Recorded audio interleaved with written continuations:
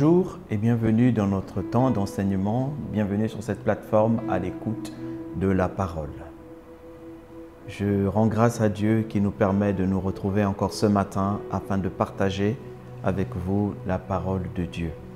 Alors sans plus tarder, nous allons incliner la tête et nous allons rendre grâce à Dieu pour ce temps qu'il nous permet d'avoir ensemble.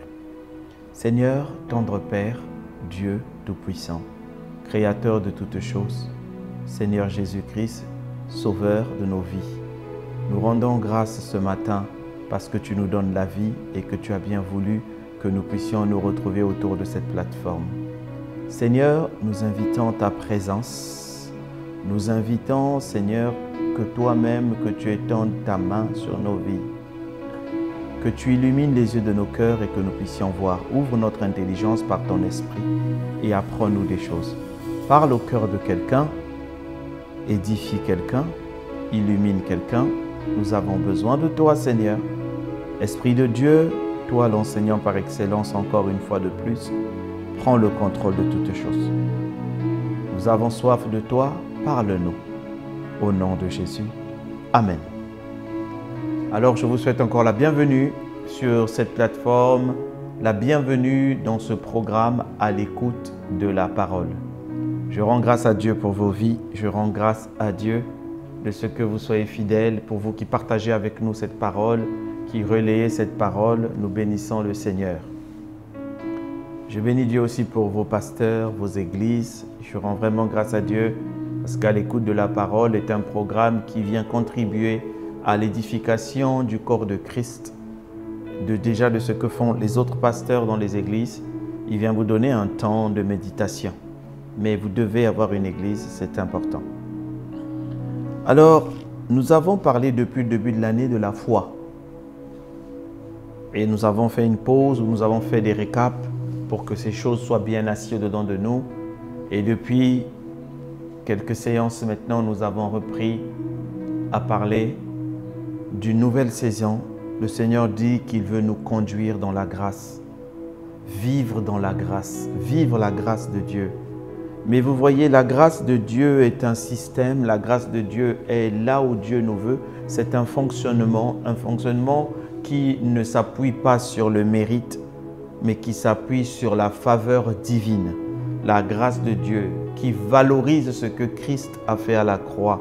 Parce que l'un des problèmes pour lesquels l'Église souffre aujourd'hui, c'est que l'Église ne valorise plus ce que Jésus a fait à la croix.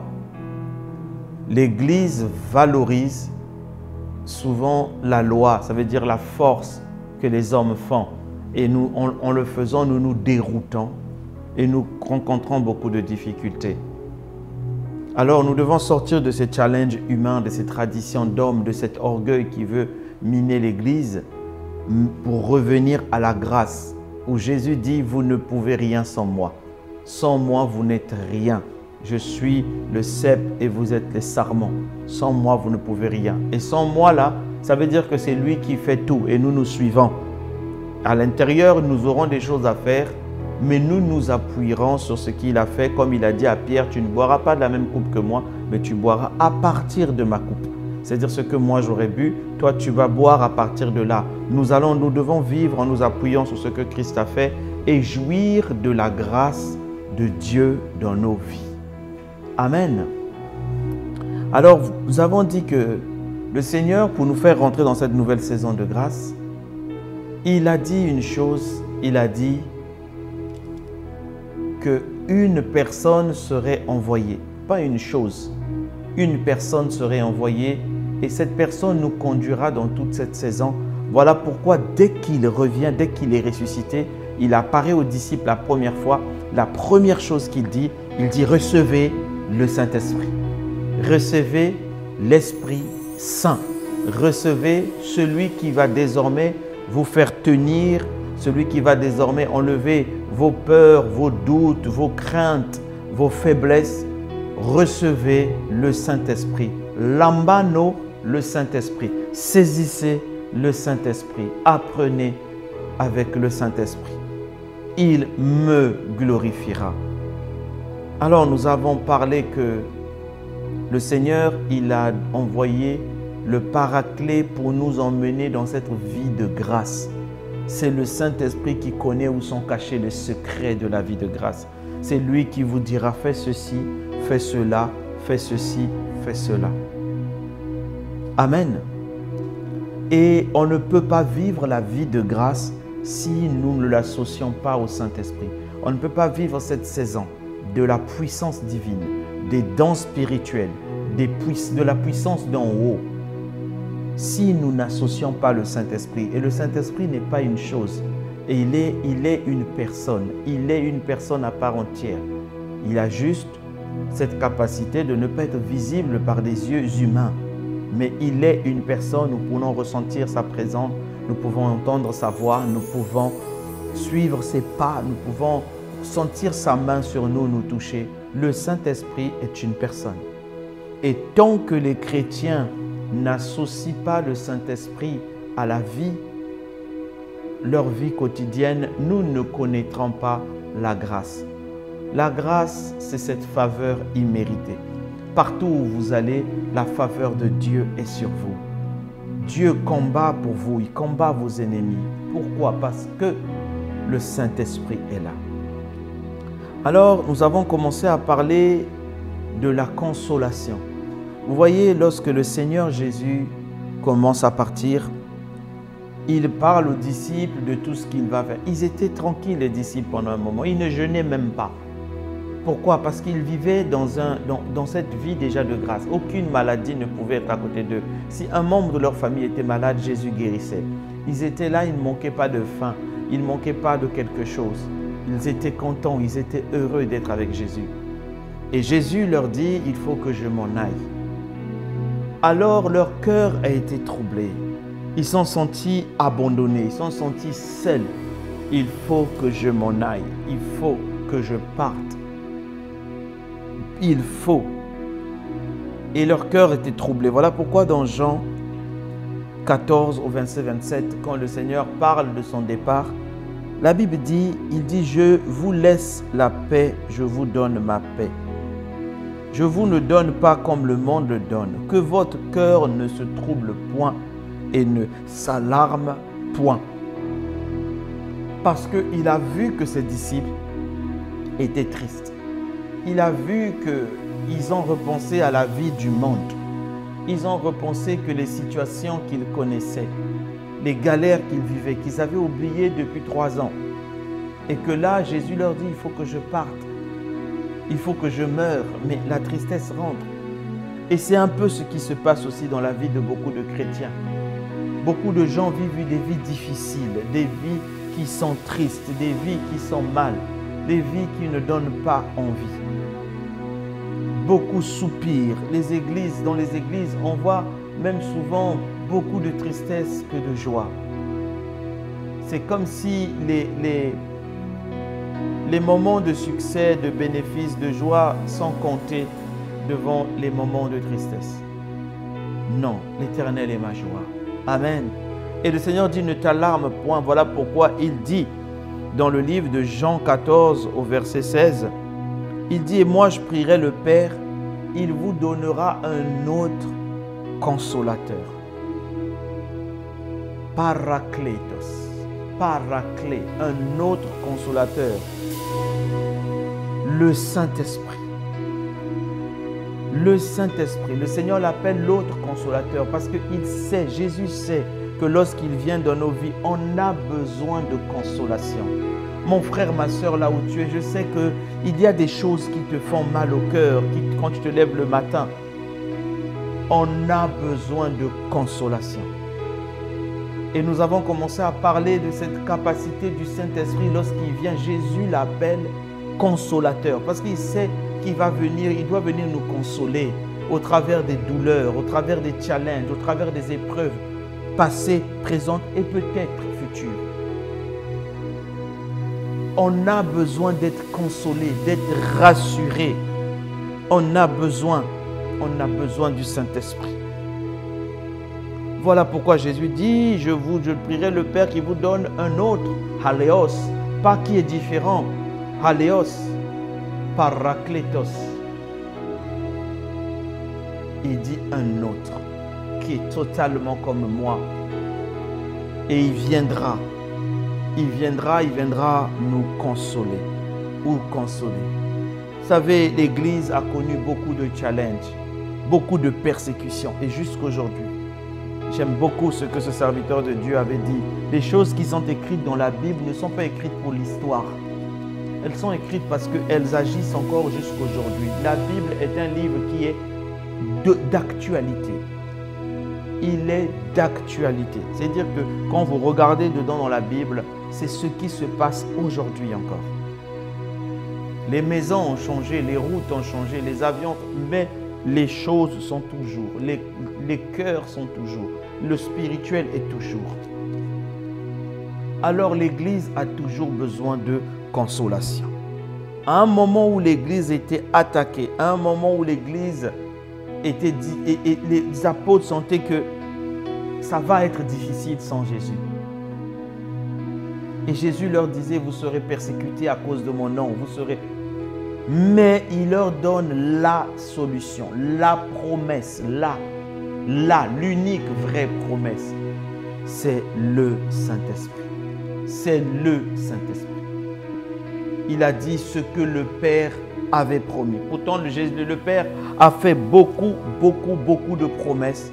Mais la Bible dit c'est ce que le Père a promis. Donc l'unique promesse qui englobe tout, c'est le Consolateur, le Paraclet, l'Hélios Parakletos, le Saint-Esprit. Alors, nous avons besoin de consolation. Nous avons besoin, dis avec moi, j'ai besoin de consolation. Et pour cette mission, c'est le Saint-Esprit qui vient. Mais dans la parole, le Seigneur dit, dans Jean 14, au verset 16, toujours à 18, « Et moi, je prierai le Père, il vous donnera un autre consolateur afin qu'il demeure avec vous éternellement. L'Esprit de vérité que le monde ne peut recevoir parce qu'il ne le voit pas et ne le connaît pas. Mais vous le connaissez. » Il n'a pas dit « vous le voyez ». Il dit « vous le connaissez ». C'est-à-dire que pour le monde et pour nous, on ne le verra pas. Mais on peut le connaître, on peut sentir sa présence. On ne le verra pas avec nos yeux physiques. Il dit « vous le connaissez, car il demeure avec vous et il sera en vous. Je ne vous laisse pas orphelin. Je viendrai à vous. » Il dit « je viendrai à vous par mon esprit. » Alors, il fait une liaison entre la consolation, le consolateur, le paraclet et la connaissance. Il dit, vous le connaissez. Parce que le problème avec les églises aujourd'hui, comme nous le disons, et quand je dis les églises, je ne parle pas des communautés, je parle de vous et de moi, de toi et de moi. Notre problème aujourd'hui, c'est que nous ne prenons pas le temps de connaître le Saint-Esprit. Nous ne prenons pas le temps de le connaître en tant que personne. Vous savez, on ne peut pas marcher avec quelqu'un si on ne le connaît pas. Amos 3.3 dit, deux personnes ne peuvent pas cheminer ensemble si on ne le connaît pas. La quête à la connaissance de l'Esprit ne peut pas être momentanée. On doit vivre toute notre vie à la recherche de la connaissance de l'Esprit parce qu'il est infini. Ça veut dire que tous les jours, lorsque nous demandons de le connaître, tous les jours des choses arriveront. Il s'ouvrira à nous. Mais nous devons prendre cet engagement, prendre ce challenge de dire, il faut que je le connaisse. Si le Seigneur a dit, c'est lui qui va venir me consoler. Consoler, ce n'est pas seulement régler les problèmes qu'il y a. Ce n'est pas seulement ça. Consoler peut venir, vous voyez, vous êtes quelqu'un, par exemple, qui n'arrivait pas à avoir un enfant. La consolation ne va pas venir seulement quand vous aurez un enfant. Vous pouvez avoir un enfant et que cet enfant est tout le temps malade. Et je ne vous le souhaite pas. Mais la consolation va venir parce qu'il va vous donner un enfant. Et cet enfant sera en bonne santé constamment. Et après la bonne santé de cet enfant, il réussira, il prospérera. La consolation fait partie de tout ça. Elle ne s'arrête pas à la résolution d'un problème. Et nous avons besoin de consolation. Le monde, avec tout ce qu'il traverse, a besoin de consolation. Voilà pourquoi le Saint-Esprit vient pour nous consoler. Et le Seigneur lie cette consolation à la connaissance. Ça veut dire que nous devons prendre le temps de connaître l'Esprit. Mon frère, ma soeur, focalise-toi. La vie n'est pas une course. tout ce que les enseignements peuvent t'apprendre, c'est très bien. Mais si tu n'as pas la base et que tu ne saches pas comment le Saint-Esprit le met en pratique, tu ne vivras pas ça. Parce que c'est le Saint-Esprit qui est la base. C'est ce que Jésus a dit d'attendre. La Bible dit, il leur recommanda, dans Actes 1, 4 à 8, il leur recommanda du peuple de Jérusalem et d'attendre ce que le Père avait promis. Ce que je vous ai annoncé, leur dit-il, car Jean a baptisé d'eau, mais vous, dans peu de jours, vous serez baptisés du Saint-Esprit. Il dit, il faut que vous attendiez le Saint-Esprit et son baptême, la plénitude, le remplissage de l'Esprit.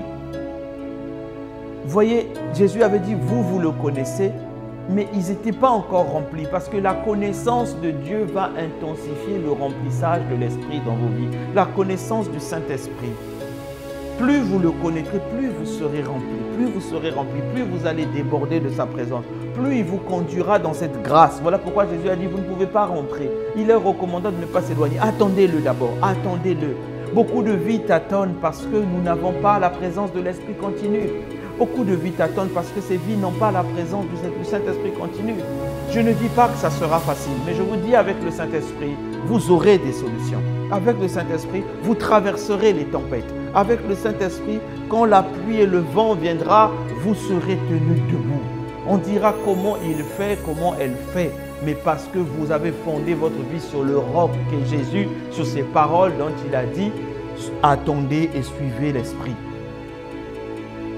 Alors, il nous faut connaître le Saint-Esprit afin d'aller dans la consolation. Nous ne pouvons pas vraiment vivre la consolation de Dieu si nous ne connaissons pas la personne du Saint-Esprit. Et cette connaissance va emmener un autre niveau qu'on appelle la communion. Voyez, on ne peut pas connaître, on ne peut pas rentrer en communion, en commune union, en union commune, en partage total, en fusion, si nous ne connaissons pas l'autre. Deux personnes ne peuvent pas fonctionner ensemble si elles ne se sont pas d'abord mis d'accord. Voilà pourquoi nous avons besoin du Saint-Esprit et de le connaître afin de vivre sa consolation et de vivre la communion. Voyez, la consolation va venir de plusieurs manières. Et nous avons vu déjà un peu comment le Saint-Esprit console. Vous voyez, il a consolé Abraham en lui donnant un enfant. Et il ne s'est pas arrêté là, il a fait de cet enfant un héritage.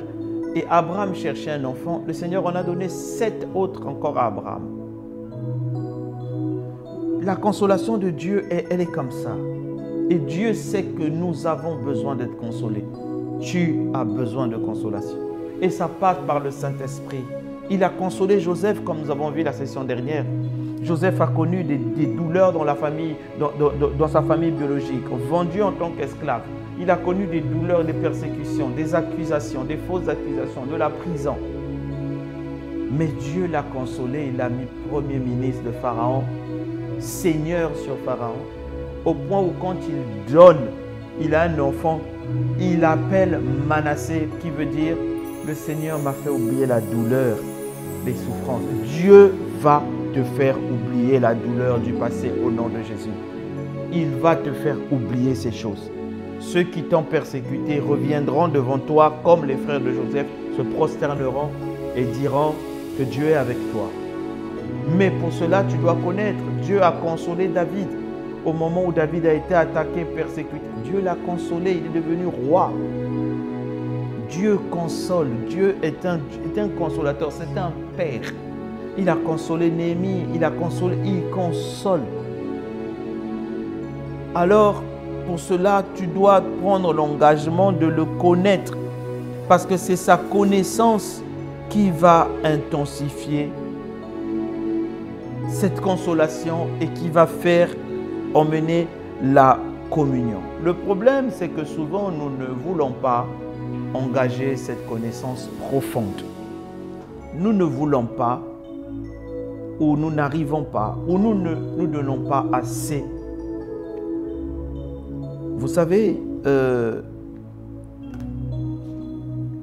Les choses physiques souvent nous enseignent certaines choses spirituelles. Quand vous voulez vous marier avec quelqu'un, vous savez que vous allez vivre la vie ensemble. Comme disait mon père, vous n'épousez pas la première personne que vous avez rencontrée hier et vous désirez l'épouser aujourd'hui. On prend le temps de connaître la personne parce qu'on sait qu'on va faire une longue marche ensemble. Ça va durer des années, ça va durer la vie. Et on a besoin de connaître la personne. Et on engage une connaissance de la personne. On se renseigne, on prend des informations, on regarde, on observe, on apprend. Vous avez déjà épousé quelqu'un ou vous voulez épouser quelqu'un, vous ne connaissez même pas sa date de naissance, son anniversaire, son âge ou son nom? Non. Ça emmène une connaissance. Adam a dit, voici cette fois-ci celle qui est l'os de mes os. Je dis, je connais l'intérieur, chair de ma chair, je connais l'extérieur. Ça veut dire que nous devons apprendre à connaître l'esprit d'une manière. Le Saint-Esprit, vous n'imaginez pas tout ce qu'il renferme. Il est comme, entre guillemets, le Papa Noël. C'est lui qui a les cadeaux. C'est lui qui sait tout. C'est lui qui vient donner tout. C'est lui qui vient te faire, il vient t'enlever la tristesse, les pleurs et les larmes. Il vient te donner une vie victorieuse. C'est lui.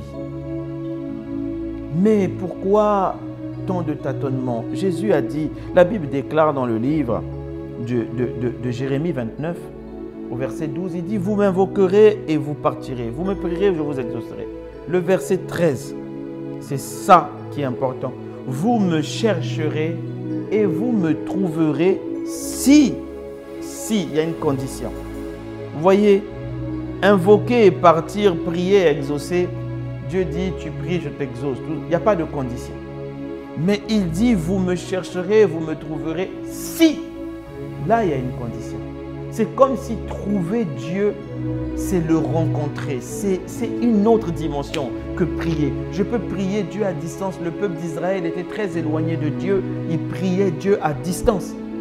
Dieu exauçait les prières, mais Dieu n'était pas avec eux. Dieu n'était pas en eux. Ils invoquaient Dieu et puis ils partaient. Tu invoqueras, je te répondrai. Oui.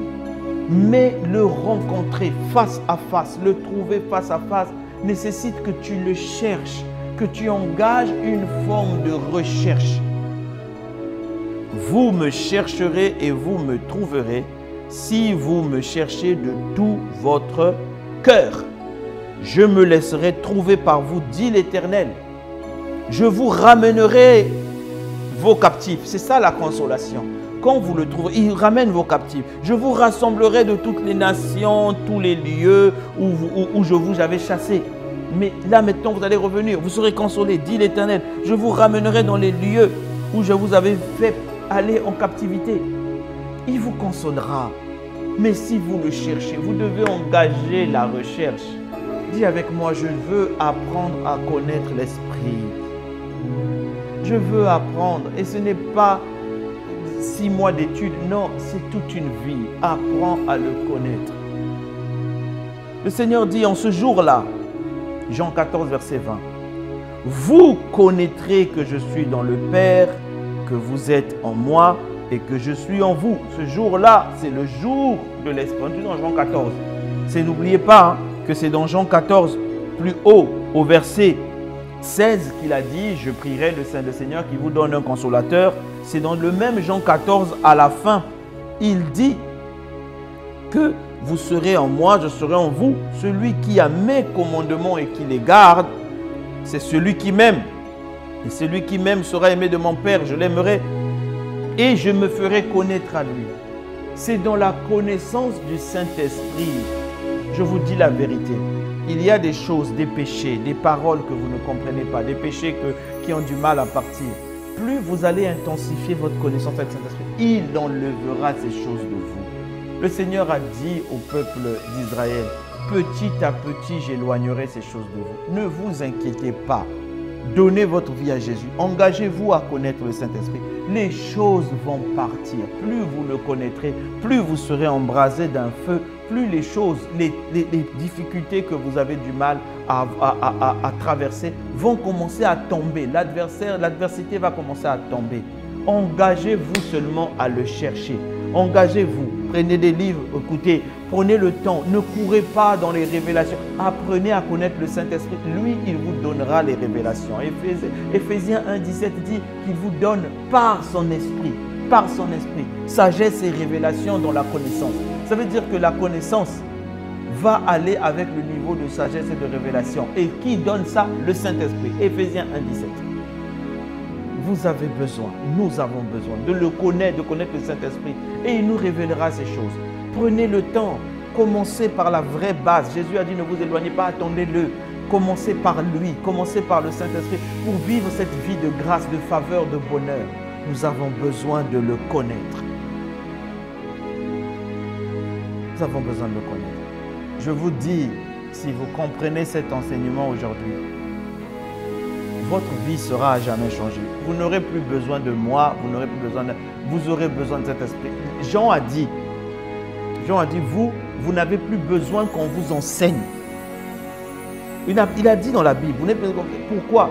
Parce que l'onction même habite dedans vous. Et cette onction vous enseigne. En parlant de l'onction, il parlait du Saint-Esprit parce que l'onction, c'est l'onction de l'Esprit.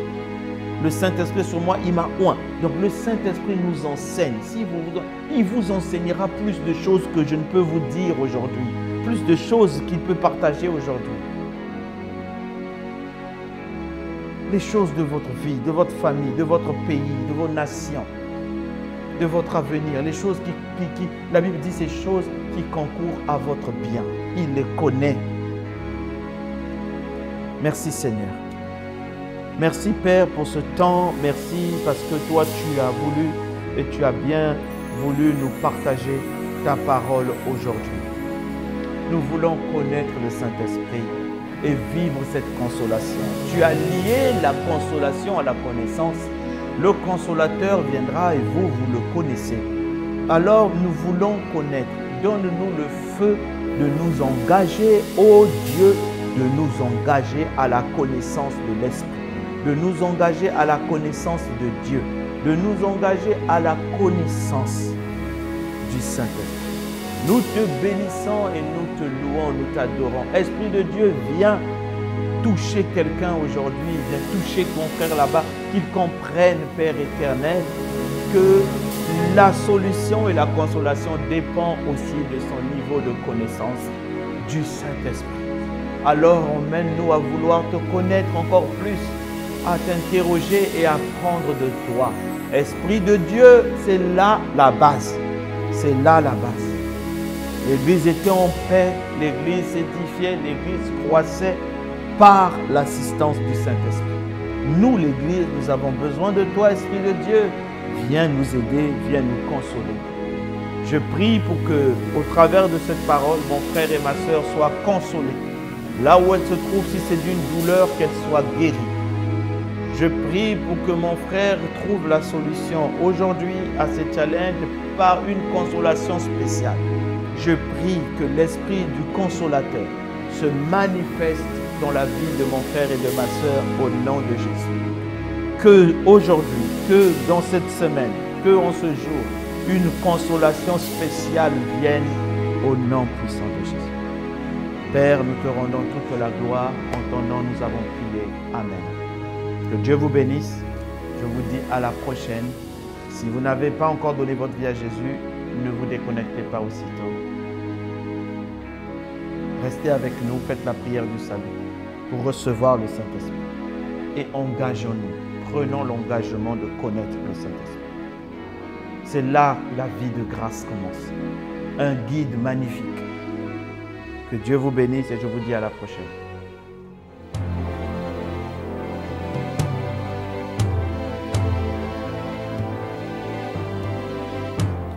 Ô Seigneur Dieu, je crois en ton Fils Jésus-Christ. Je crois qu'il est mort pour moi et que Dieu l'a ressuscité d'entre les morts. Je confesse de ma bouche que Jésus-Christ est le Seigneur de ma vie. Dès maintenant et pour toujours. Je donne ma vie à Jésus-Christ dès aujourd'hui et j'ouvre mon cœur par la foi et reçois le salut.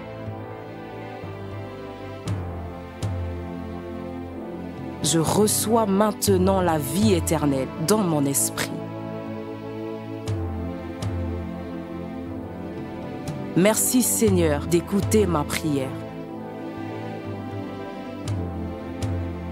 Mes péchés ont été lavés par le sang de Jésus.